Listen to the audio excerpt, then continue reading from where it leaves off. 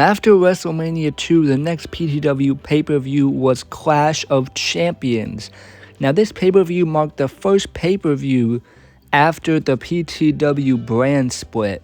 After WrestleMania 2, I knew the roster was getting way too big, way too many guys that I wanted to push, so I ended up doing a brand split with the current brands, Brutality and Breakdown. We did a whole draft, and that brought us to this Clash of Champions pay-per-view. Now, because of all the draft and the drama there, the build, again, may have not been perfect, but I think this is a very solid pay-per-view. We crowned our first ever World Heavyweight Champion, where Samoa Joe defeated Seth Rollins in the finals of the World Heavyweight Championship tournament. CM Punk retained his PTW Championship against Chris Jericho.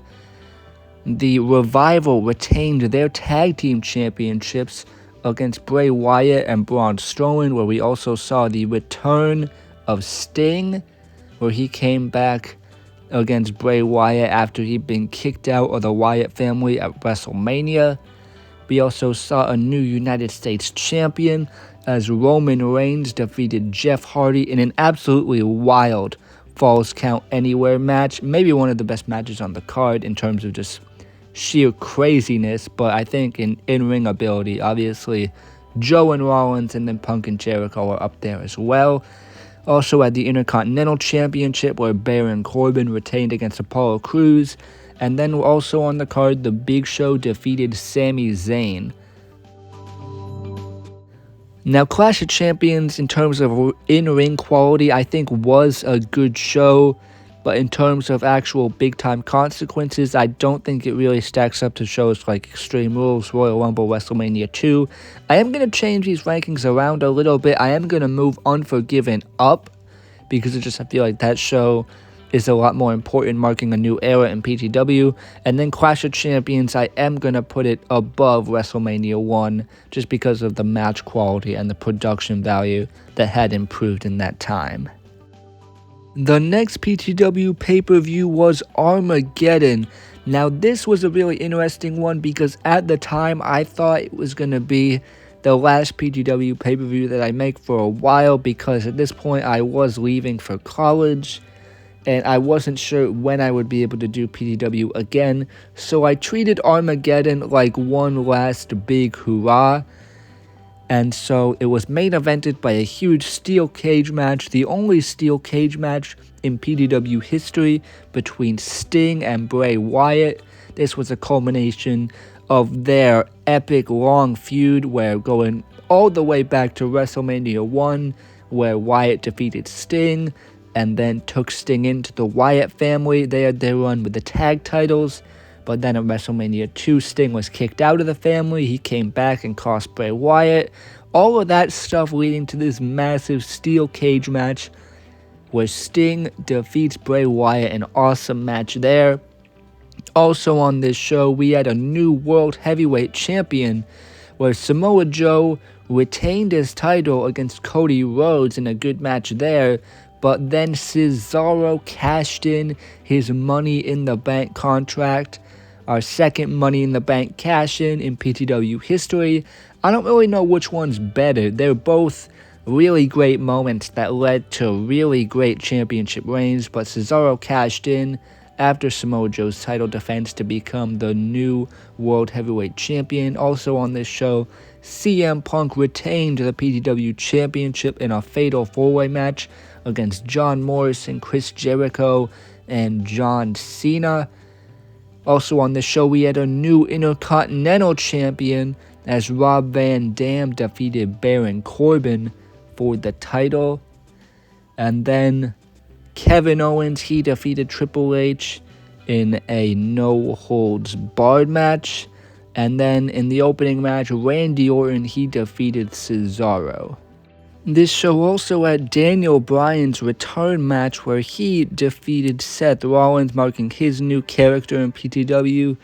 But overall, Armageddon, just a stacked show top to bottom, one that I am very happy with. I was very happy with at the time, and one that I'm still very happy to look back on. I feel like a lot of just huge moments with Cesaro cashing in, Rob Van Dam winning the Intercontinental title, the whole steel cage match where Sting beat Wyatt in the main event.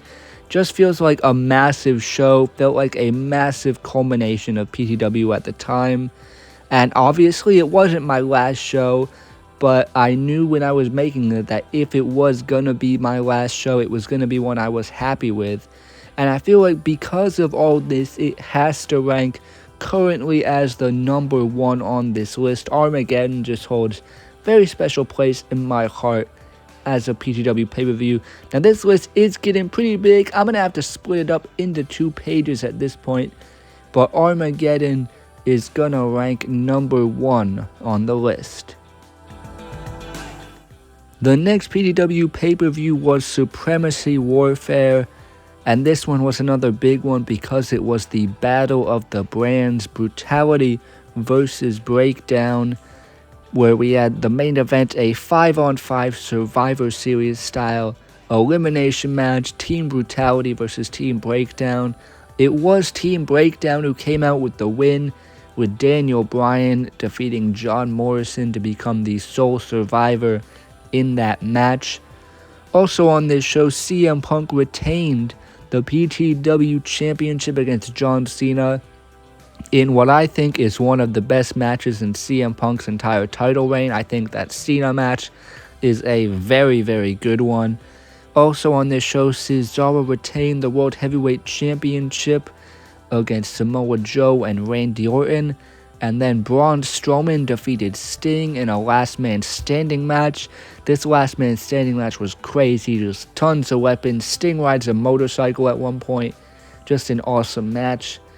Also, this was the start of the rivalry between the Revival and the Hardy Boys for the Tag Team Championships. With this second reign, I really wanted to put more into the Revival and more into the tag division, and this rivalry with the Hardy Boys was a great one.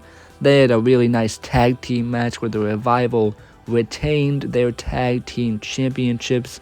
And then also, as more brand warfare, it was the United States champion versus the Intercontinental champion. The US champ Roman Reigns defeated the Intercontinental champion Rob Van Dam.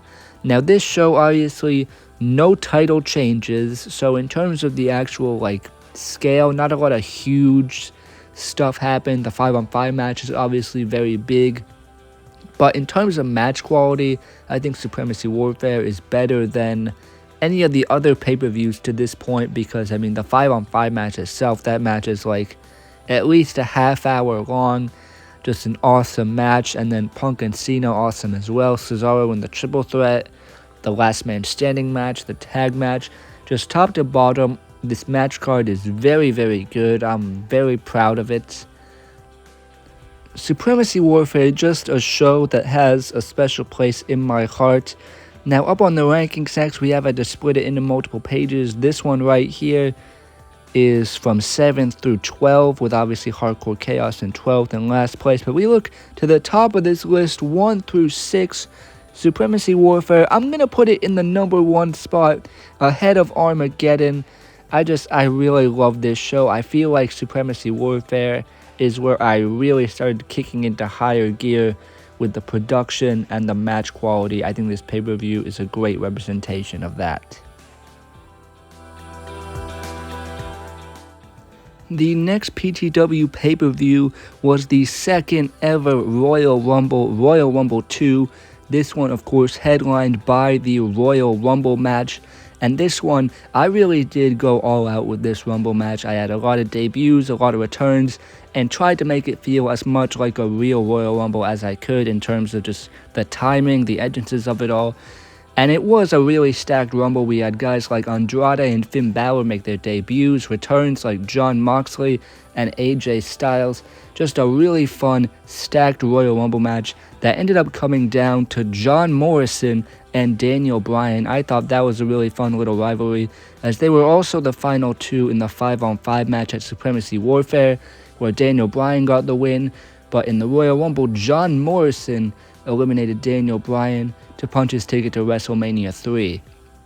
Also on the card, CM Punk defended the PTW Championship, successfully retaining against Sting. I thought they had a really fun rivalry and a fun match as well. I almost considered putting the belt on Sting, but we kept it on CM Punk here. He retains his title.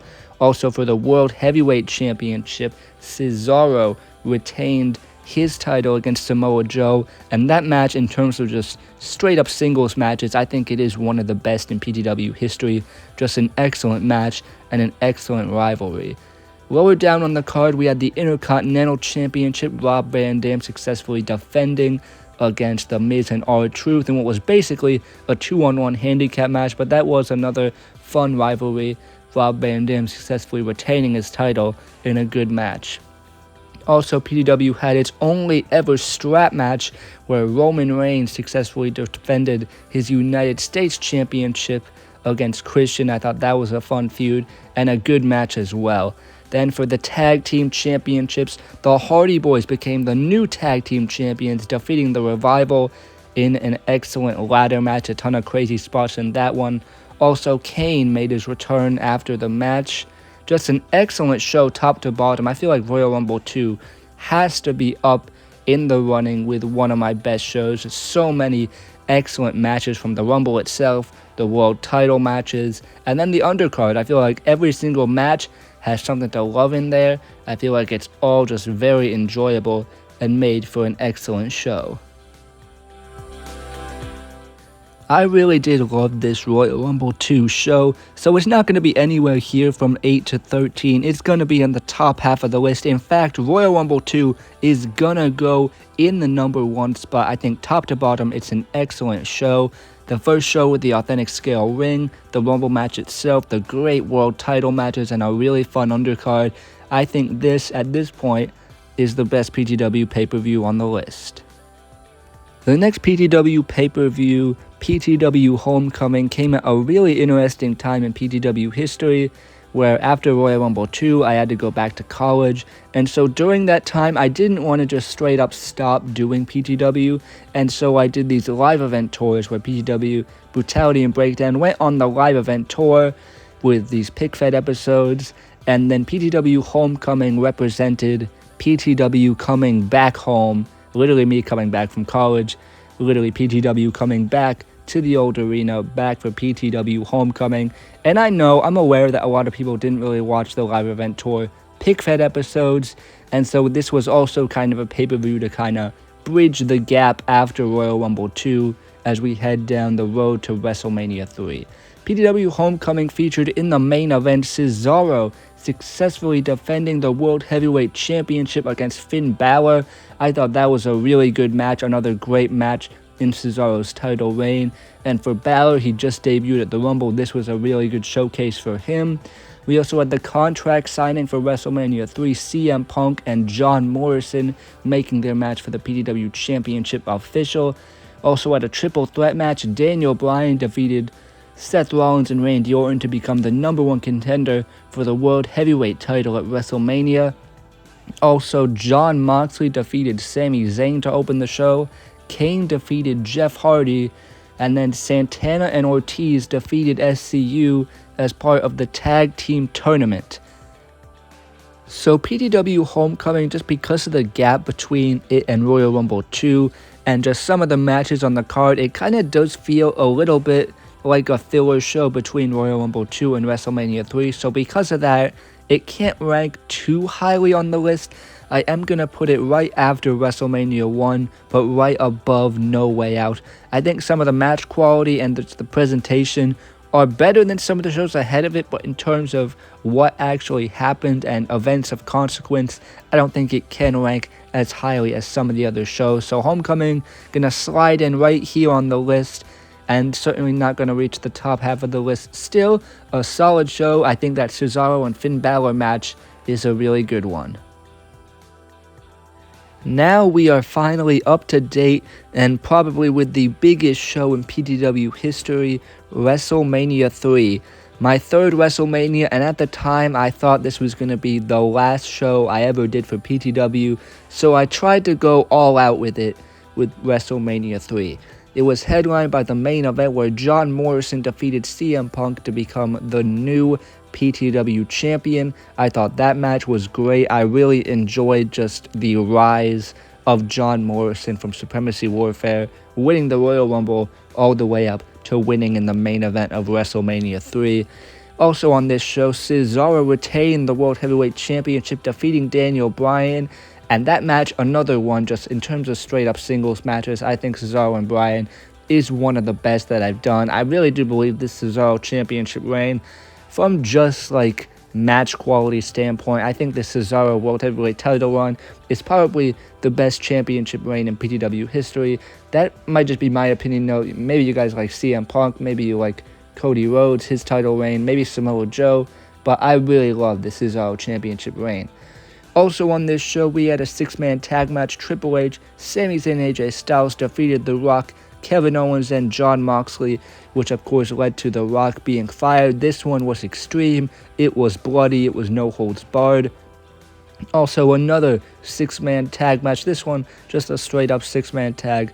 Cody Rhodes, Dustin Rhodes, and Dolph Ziggler against the Heenan family, Randy Orton, Wade Barrett, and Drew McIntyre, where the Heenan family got the victory over Cody Rhodes and his team. Also on this show, we had the United States Championship, where Braun Strowman became the new US champ, defeating Roman Reigns and Rusev. Then the Intercontinental Championship, Andrade retained his title over Rob Van Dam and Apollo Crews. PTW found its first ever women's champion as Asuka defeated Britt Baker. Then we had new tag team champions, the New Day defeated the Hardy Boys. Also on this show, we had Kane defeating Samoa Joe. And then, of course, the Money in the Bank ladder match where Seth Rollins became Mr. Money in the Bank, defeating Finn Balor, Keith Lee, Rey Mysterio, Christian, John Cena, and Sting. I thought that Money in the Bank ladder match was crazy. Lots of crazy matches on this card, just top to bottom, a stacked one, and just a really good show. But is it the best show in PTW history? I don't know. It's certainly up there in terms of just match quality, and it is probably just in terms of scale and consequence, probably the biggest show I've ever done. But I'm not going to put it at number 1. I am going to put it second place on the list, right behind Royal Rumble 2. Royal Rumble 2 just holds a special place in my heart. I really do love that show. But WrestleMania 3 is excellent. A lot of these pay-per-views I'm very proud of. But now, WrestleMania 3 coming in at number 2 on the list. That might be a surprise to a lot of people, but I just really love Royal Rumble 2. But now let's just run through the list top to bottom. PTW has done 15 total pay-per-views, so for the ranking, Hardcore Chaos at 15, Brute Force at 14, Darkest Hour 13, No Way Out 12, PTW Homecoming 11, WrestleMania 1 10, then Clash of Champions 9, then Unforgiven 8, Royal Rumble 7, Extreme Rules 6, WrestleMania 2 5, Armageddon 4, Supremacy Warfare 3, WrestleMania 3 at 2, and then Royal Rumble 2 ranks as the number 1 pay-per-view in PTW history. Let me know how you guys would rank these pay-per-views. I know I asked you guys on Instagram to name your favorite PTW pay-per-view. We got WrestleMania 3 as some answers. Some people said WrestleMania 2. I know a lot of you guys probably have a lot of different answers and lists different from mine. So let me know what you think. And maybe in a few months we'll see where PTW Iron Man will rank on this list when that's all said and done. But I hope you all enjoyed this video, and I'll see you all later.